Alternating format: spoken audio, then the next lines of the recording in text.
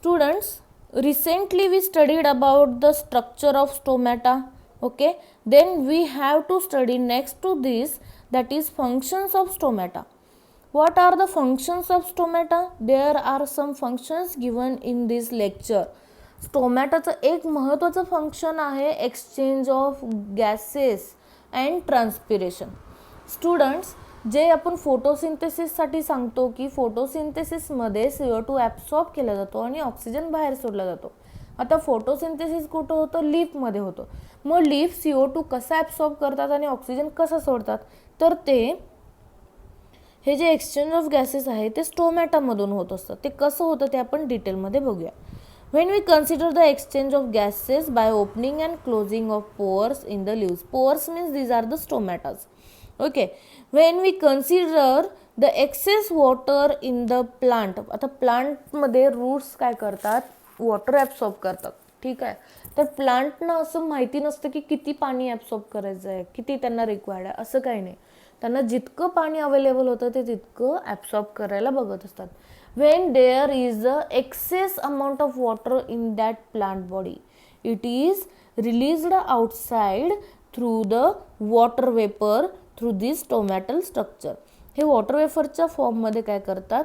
बाहेर रिलीज करतात through the stomata. आता एक असं आहे plant when it is having the water resource or water is available for that plant, then there is no problem. When there is a high temperature and water is not available for that plant, they closes their stomata. When they get the sufficient amount of water, they again opens their stomata to reduce the transpiration rate or to make the transpiration rate. Means here based on the weather conditions, it closes and opens the stomata and maintains the moisture balance. Body रेग्युलेशनसाठी ते खूप महत्त्वाचं असतं. When we consider the uptake of CO2 and release of oxygen during the photosynthesis, here in this concept, मी जसं मगाशी सांगितलं, photosynthesis होत असताना CO2 ॲब्सॉर्ब केला जातो आणि ऑक्सिजन रिलीज होतो. हे स्टोमॅटाचं मेन फंक्शन आहे. Okay. Stomata opens during the day and closed during the night. This closure prevents the water from the escaping through the open pores. म्हणजे वॉटर जास्त एक्सेस प्रमाणात release होऊ नयेत ह्याच्यासाठी हे काय आहे कन्सेप्ट प्लांट्समध्ये प्रेझेंट असतं. आता इथं एक डायग्राम दिलेलं आहे. इथं आपण बघितलं की opening and closing of stomata. हे पहिली जी डायग्राम आहे ती क्लोज्ड आहे. Stomata is closed.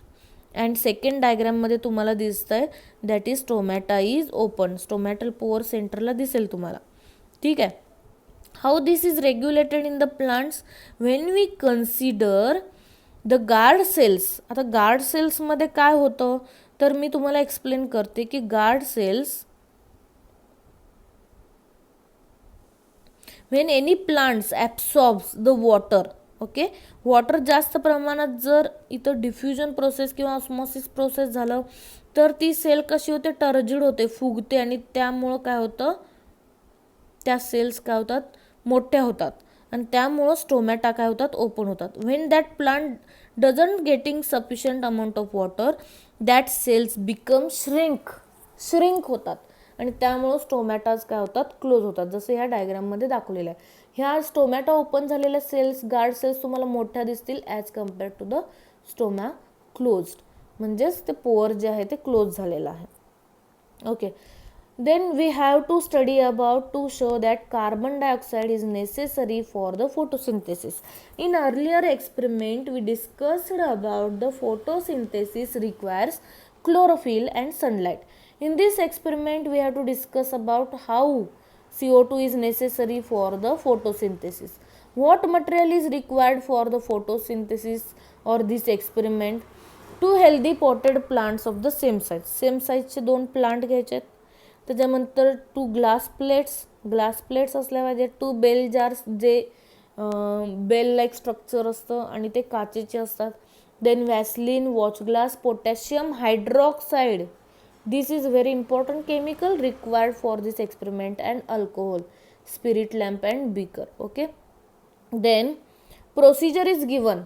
Keep the potted plants in the dark for the 3 days so that leaves gets the de-starched. Okay. Discharge करायचं म्हणजे त्याच्यामध्ये फोटोसिंथेसिस आपण 0 आणतो. ठीक आहे. Place the potted plant A on a glass plate and put a watch glass containing KOH potassium hydroxide to the side of the pot and cover it with the bell jar. Why there is the use of KOH? It absorbs the CO2 from the atmosphere. म्हणजे potted a प्लांटला CO2 available होणार नाही, ही concept लक्षात ठेवा. Place the other potted plant on the second glass plate and cover it with the bell jar. फक्त ते plant ठेवायचं आणि त्याच्यावर ते काचेचं कव्हरिंग ठेवायचं. Use Vaseline to seal the bottom of the jar to glass plates so that the setup is the air tight. म्हणजे त्याच्यामध्ये एअर एंटर होणार नाही याच्यासाठी आपण व्हॅसलिननं ते क्लोज करतोय. Keep the plants in the sunlight for 2 hours. 2 तास आपण ते प्लांट सनलाईटमध्ये ठेवतोय. Pluck a leaf from each plant and test for the same that is iodine test for the starch. काय केलं बघा, आपण एक प्लांट घेतलेला आहे. ठीक आहे. त्या प्लांटला आपण काय केलेलं आहे, KOHचं ट्रीटमेंट दिलेलं आहे. ह्याच्यात KOH आहे आणि ह्याच्यावर काचेचं आपण कवरिंग ठेवलेलं आहे. दुसरं प्लांट आहे सेम साइज्ड आहे. Consider only the diagram. It is covered, only covered. KOH is not given. Then 2 hours आपण ह्याला काय करायचं आहे, सनलाईटला एक्सपोज करायचं आहे. Okay, is that clear. आता ह्याच्यामध्ये काय होईल, पहिल्या ए प्लांटमध्ये आपण KOH वापरलंय, जे काय करणार आहे, जे काय करतं, CO2 ॲब्सॉर्ब करतं. ठीक आहे. Then as given in the attachment. आता ह्याच्यामध्ये आपल्याला काय दिसतंय बघा, the experimental setup A with potassium hydroxide and B without potassium hydroxide. The photosynthesis takes place in the first or second. It takes place in the second diagram. Okay, because CO2 is there and KOH is not kept in the potted plant, that is plant B. Okay, when we consider the plant A with KOH absorbs the what? KOH absorbs the CO2. Hence we have the starch test for the plant B, not for the A. Hence we have to prove that the CO2 is necessary for the photosynthesis. Okay students, we will discuss or revise these points again. We already discussed a previous lecture, that is stomata. We have to discuss more about the functions of the stomata. When we consider the functions of the stomata, opening and closing of the pores in the leaves for the exchange of gases. Then next function is evaporation or water vapors are released, that is transpiration is the main function of the stomata. Depending upon climatic factors, the plants can close and open the stomatas, okay, to maintain the moisture balance. When we consider again photosynthesis process, for the photosynthesis CO2 is required and again oxygen is released through the stomata. When we consider day and night, during the day stomata remains open and during the night stomata becomes closed. This opening and closing of stomata is done by the guard cells. Guard cells मुळे काय होतं, opening आणि closing होतं.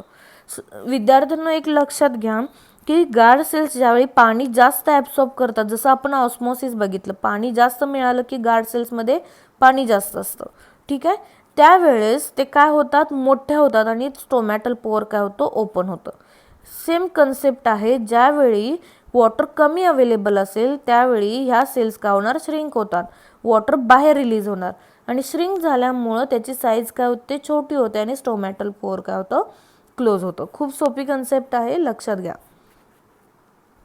When we consider the guard cells, water flows into them, the stomatal pore to open. When pore closes, if the guard cell shrinks. We have one experiment there.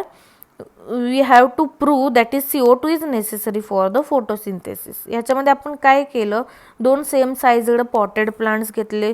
एका प्लांटला आपण काय केलं, KOH बरोबर react केलं आणि त्याला glass bell जारनं cover केलं. Vaseline कशासाठी, एअरटाईट कंडिशन मेंटेन करण्यासाठी. पॉटेड बी प्लांटला फक्त ग्लास जार ठेवलेला आहे आणि त्याच्यामध्ये KOH ट्रीट केलेलं नाही आहे. आणि त्याच्यानंतर आपण काय करतोय, 2 आवर्स आपण त्याला फोटोसिंथेसिस होण्यासाठी सनलाईटमध्ये ठेवतोय. आता आपण ह्याच्यामध्ये दोन्ही प्लांटचे एक लीफ घ्यायचं आणि स्टार्च टेस्ट करायचे. काय वाटतं तुम्हाला कोणत्या प्लांटमध्ये स्टार्च टेस्ट येईल?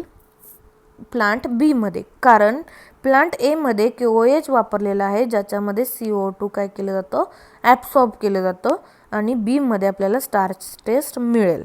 ठीक आहे. If you students, if you have any query, you may contact with me or you may comment in the link given below.